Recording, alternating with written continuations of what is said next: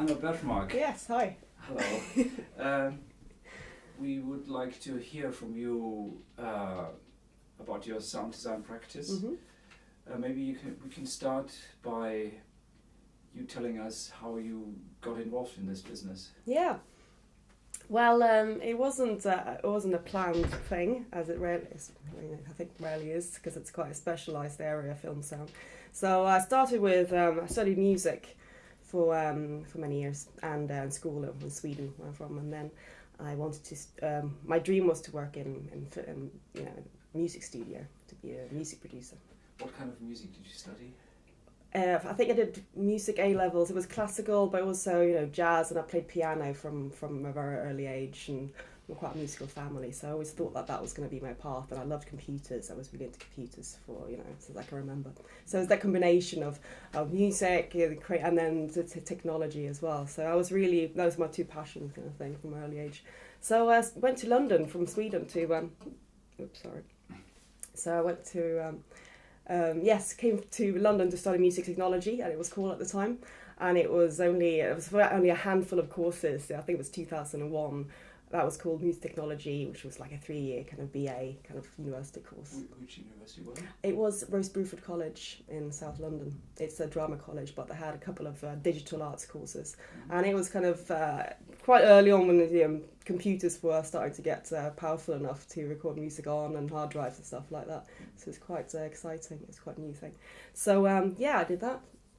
And then I graduated, but it was a time where the music industry was in a bit of a crisis, and CD sales were plummeting and studios were closing down. So I was struggling to find a job in a studio. So I was looking online for any kind of job that was related to what I've studied. So I found an assistant job for a sound designer called Paul Davis, who was quite well known in the kind of art house sound design. So I started to work as an assistant for Paul Davis, and I had no idea what film sound was, that it even was a job. Can you tell us maybe in more detail how this relationship started? Why did he take you on? Was it a certain sensibility he discovered? Or? I don't know. I can't remember. It was I was like 22, I think, just out of college. So I was like, it was a very new world, and I don't actually know why he took me on, but I guess it's kind of coming from a musical background, having a kind of, intuitive relationship to sound and music, rather than more an engineering kind of mindset. That's interesting, because I think we talk a lot about sound art and sound studies, but I think when it comes to listening and hearing properly, musical training is still one of the finest ways to learn to listen. Yeah, that's for sure. Yeah. So yeah. Could you tell us maybe what kind of music inspired you? I guess it was electronic music. That's again combining the machines and using the electronic sounds and the computer sounds. Started working with the software called Reason. That was when I was in school. Me and some friends, we were really into techno, and trying to make our own techno music. It was like, and using computers for that in that kind of late 90s kind of thing. And this software Reason was really inspiring, because there's so many synthesizers and stuff like that. So and just playing with it. But that's mainly electronic sound. Yes. How did you get then into environmental sound? I wasn't really aware. I'm trying to remember if I actually recorded environmental sound in that way. I think I didn't really. I was not before. Getting into the film sound side of it. I've always play around with recording instruments and stuff like that. But environmental sounds, I never really thought of it really until learning the skills. Learning how a soundtrack is built for film, that everything is recreated and put on afterwards. So that was kind of a very inspirational. Just discovering that really, and you saying how environmental sounds can be used as sometimes in instrumental kind of ways as well. So how did you initially? What aspect did you deal with in sound design and in film sound? What do you mean aspect at the moment? Yeah, when you started when I started with Paul, Paul Davis. you know, tea and coffee. It's a very integral part of film sound. Making tea and coffee, and also that was a time where we still used DAT tapes. You know, the small kind of digitalized kind of tapes where sound was recorded on set. So it was my job to digitize these into the computer and name the files. So yeah, it was quite a laborious process, but it was because you can't rush it, and you have to do very manually. You know, put the tape in, log it, know what it is, and then sit and record it in real time. And it's and then you listen to stuff at the same time as well. You have to listen to everything, and so you discover things and you notice things which you probably wouldn't do if it's just a file on a folder on a computer. It's it's hidden as an abstract thing now. You kind of, because you had to it was a bit more tangible. So it was a great learning experience, and hearing, just because I hadn't listening to tapes and tapes from set, and then logging the wild tracks and things like that, and listening to hearing what the production mixer was recording, his communications, all that, the communication between this world from the set and me in my little studio kind of thing. So yeah. And for how long did you do this?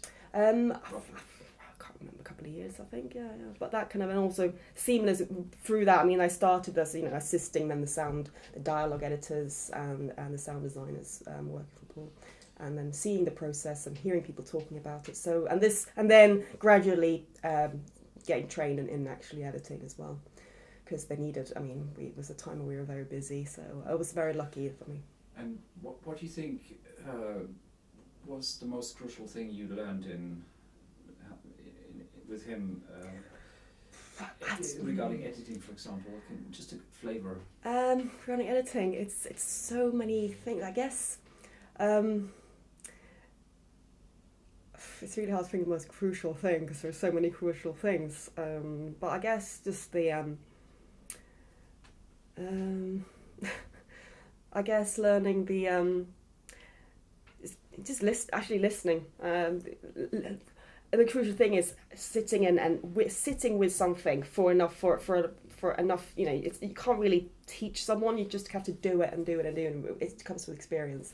And sometimes at the beginning you think that I've done it now, it's great, and then someone comes in and goes, no, it's not good enough, and then finding out the reason why it's not good enough, and that takes time, and that's training, that's experience. So that's kind of learning what you can get away with and what you can't get away with, and why, and how to the self-criticism of your work, really.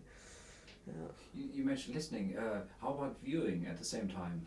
Of course, yeah. That's kind of, it is all related for sure. It's like when you're logging tapes in, DAT tapes, for example, and you haven't got a picture, you just sit and listen. But then obviously seeing things and and sometimes just learning the relationship between the sound and the image. It's a huge thing, really.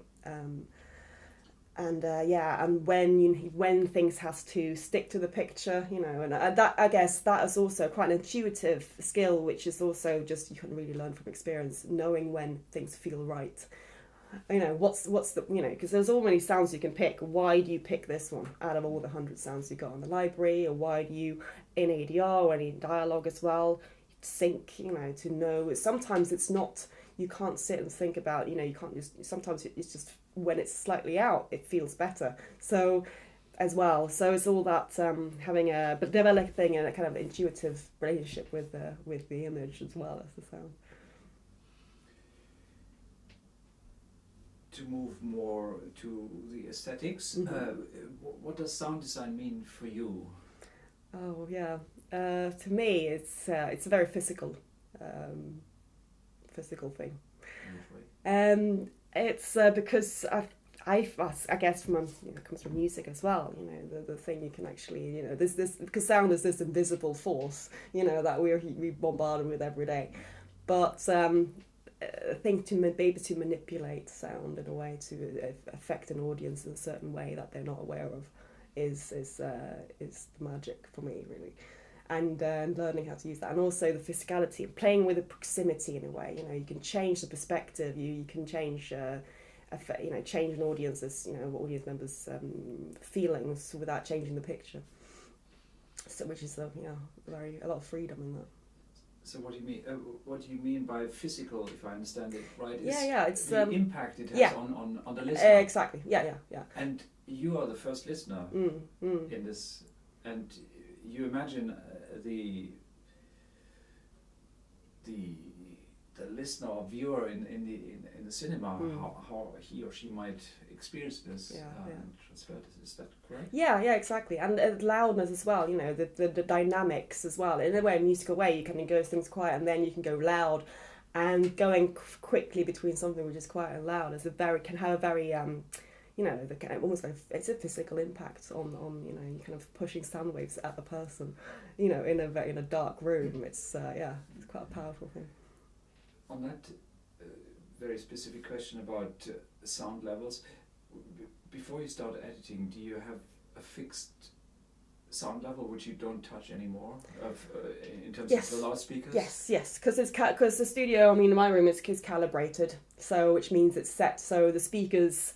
If you play a sound of a certain level in computer, it comes out at a certain level in the speakers. So it's all kind of controlled. So I know that if I play it loud in here and it feels, you know, I get the certain loudness in here, I could take it to any other studio and it's going to have the same kind of relationship and balance in there, which is crucial, because when I work something in here, I know it's going to sound good in the studio, and I take it into a studio in London to mix it, and it should sound good in there as well. So.